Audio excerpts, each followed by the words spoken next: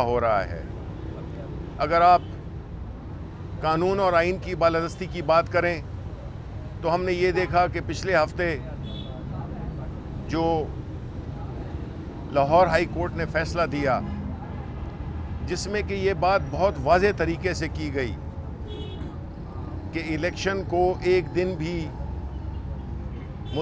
Delay نہیں کیا جا سکتا، اور جس طرح ہمارا آئین کہتا ہے کہ 90 دن کے اندر انتخابات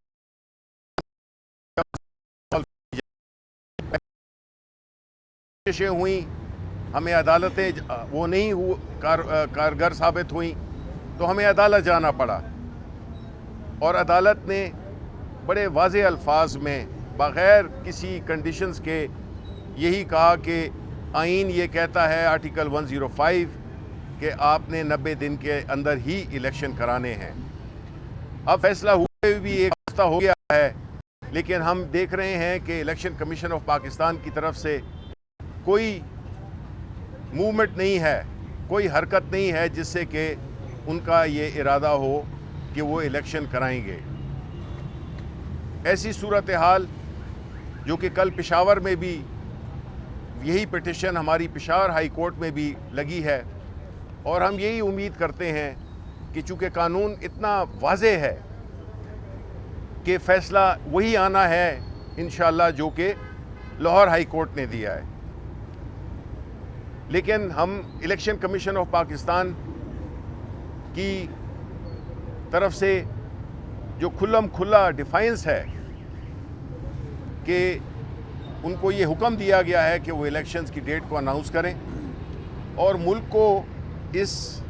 تذبذب سے، اس غیر یقینی صورتحال سے نکالیں، لیکن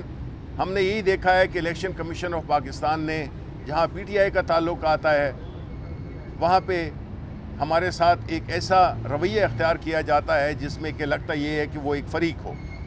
جبکہ الیکشن کمیشن آف پاکستان ایک قانونی آئینی ادارہ ہے اور اس کا کام ہے الیکشن کرانا۔ اس میں یہ نہیں ہے کہ ہم تیار ہیں یا ہم تیار نہیں ہیں، پیسے نہیں ہیں۔ اس میں ان کو کسی بھی کوئی بہانہ ان کا نہیں چل سکتا، اور انہوں نے ہر صورت میں الیکشن کی ڈیٹ کا اناؤنس کرنا ہے، چاہے وہ فورن فنڈنگ ہو، چاہے وہ ریزگنیشنز ہوں، چاہے وہ توشہ خانے کا کیس ہو جہاں پہ پاکستان مسلم لیگ اور پیپلز پارٹی کے لیڈران کے خلاف جو چارجز ہمارے خلاف لگائے گئے ہیں ان کو بالکل سائٹ پہ رکھ دیا گیا ہے، اور صرف جو ہدف ہے وہ عمران خان ہے، پاکستان تحریک انصاف ہے۔ دوسری طرف جو الیکشن کمیشن آف پاکستان کی جو اہم ترین ذمہ داری بنتی ہے وہ ہے کہ جو کیئر ٹیکر سیٹ اپ آیا ہوا ہے، کیئر ٹیکر سیٹ اپ کی مختلف قوانین میں بھی اور عدالتوں میں سپریم کورٹ کے فیصلے ہیں، جس میں سے ایک خواجہ آصف کا کیس ہے جس میں کہ بالکل کلیئرلی تعین کیا گیا ہے کہ کیئر ٹیکر حکومت کیا کر سکتی ہے اور کیا نہیں کر سکتی۔ لیکن ہم نے یہ دیکھا ہے کہ جن کو کیئر ٹیکر بنایا گیا، چاہے وہ خیبر پختونخوا ہو، چاہے وہ پنجاب ہو، وہ پاکستان تحریک انصاف کے خلاف کھلم کھلا اقدامات کر رہے ہیں، غیر آئینی اقدامات کر رہے ہیں۔ ان کی جو حکومت ہے اس کا کام یہ نہیں ہے کہ وہ وسیع طور پہ تبادلے کرے اور ایسے لوگوں کو لائے جو کہ مشہور ہیں، جن کی پاکستان تحریک انصاف سے دشمنی کسی سے ڈھکی چھپی نہیں ہے۔ اس لیے ہم یہ ایک بار پھر یہ کہنا چاہتے ہیں کہ جو کچھ بھی ہو رہا ہے، جس طرح سے آئین اور قانون کی کھلم کھلا خلاف ورزی کی جا رہی ہے، یہ پاکستان کو تباہی کے راستے پہ چلا دیا ہے اس نے، اور پاکستان کے عوام یہ ایک حد سے زیادہ برداشت نہیں کریں گے۔ ہماری ملک کی سالمیت اس وقت داؤ پر ہے، اور جو حکمران اس وقت بیٹھے ہوئے ہیں ان کو صرف اپنے کیسز، اپنی چوری اور اپنے مقدمے ختم کرانے میں پوری طرح سے کامیاب ہو رہے ہیں۔ پارلیمنٹ تقریباً ڈس فنکشنل ہو چکی ہے، عدالت کے احکامات کو کوئی اس پہ عمل نہیں کر رہا، کھلم کھلا